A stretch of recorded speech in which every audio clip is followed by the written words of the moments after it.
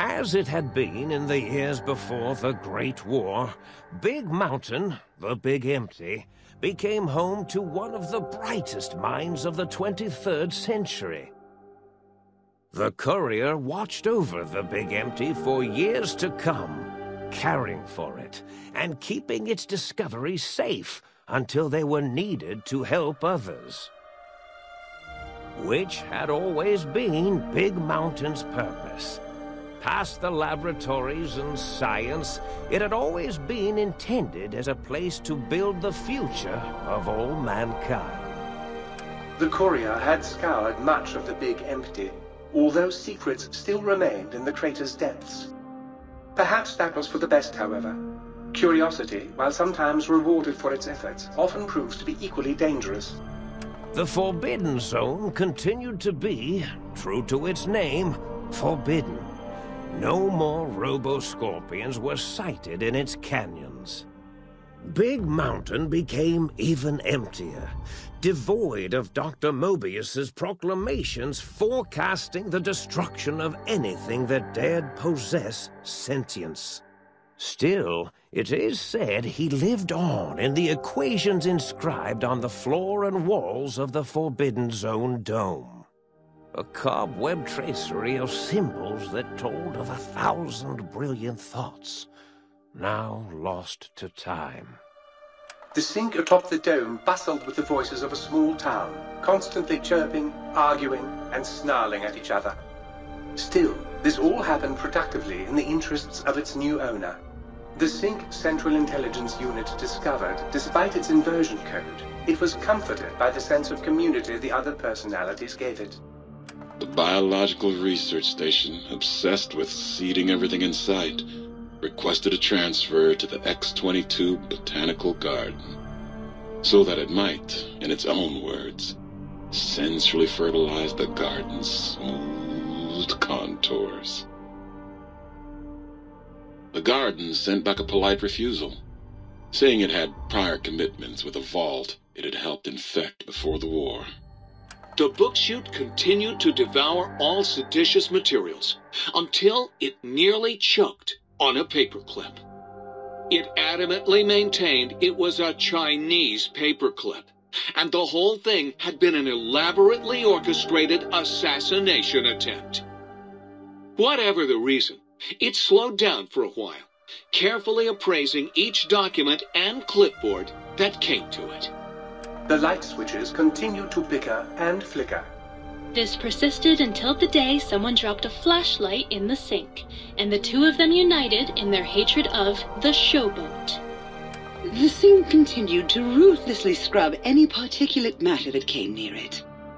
Eventually, it gained access to the magneto-hydraulics plant and nearly flooded all the Big Empty in an attempt to scrub the crater clean.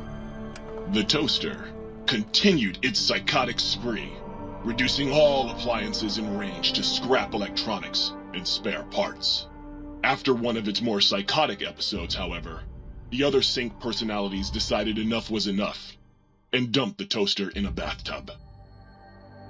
Sparking and hissing, the toaster swore its enemies would rue the day when they had bread and no way to toast it.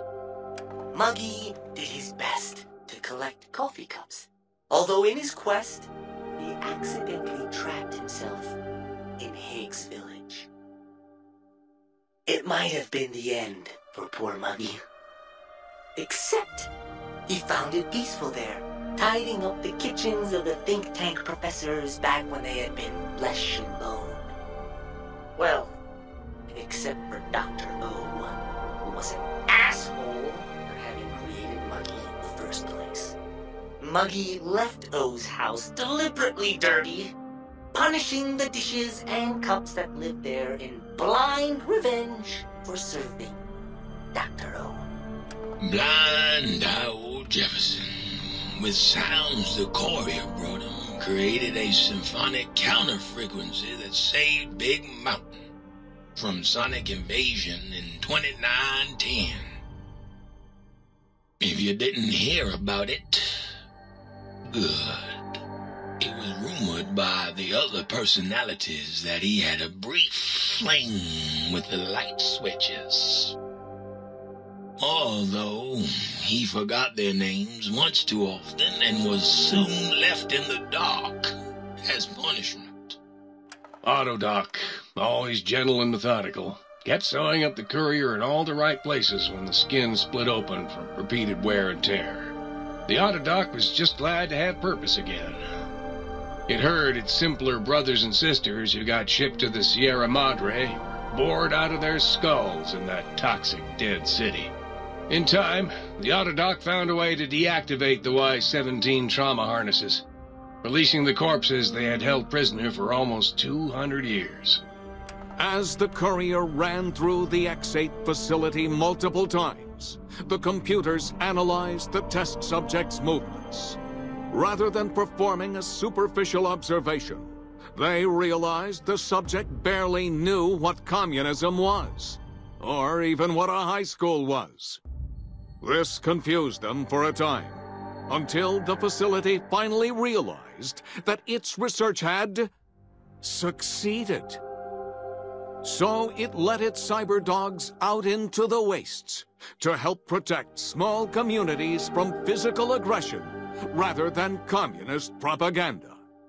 The infiltration program in X-13 continued to scan for the subject and the stealth suit prototype long after the test was over. Frustrated and unable to find its lost technology, X-13 expanded its network of laser tripwires, sensors, and robo-brains out across Big Mountain. This glittering blue light beam forest cleanly bisected anything that entered its depths, slicing them into small segmented parts for easy disposal. The courier, organs intact, continued onwards, a little less heavy of step, but with all the organs in the right places, as they should be. After all, brains can develop a life of their own when left to their own thoughts, and the courier's brain was more clever than most. Dr. Klein and the think tank remained alive, unaware of the world outside. They looped through their daily routine, none the wiser about the world beyond, although perhaps wiser was the wrong word. The world outside belonged to the courier, and if anyone would shape it, well, the courier had already called dibs. There is an expression in the wasteland, old world blues. It refers to those so obsessed with the past they can't see the present, much less the future, for what it is. They stare into the what was, eyes like pilot lights, guttering and spent, as the realities of their world continue on around them. Science is a long, steady progression into the future. What may seem a sudden event often isn't felt for years, even centuries to come. In the times following the Second Battle of Hoover Dam, however, Old World Blues took on a new meaning. Where once it was viewed as a form of sadness, nostalgia, it became an expression describing the potential for the future.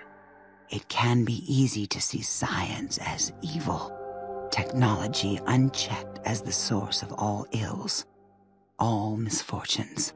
With the courier at the helm, science became a beacon for the future.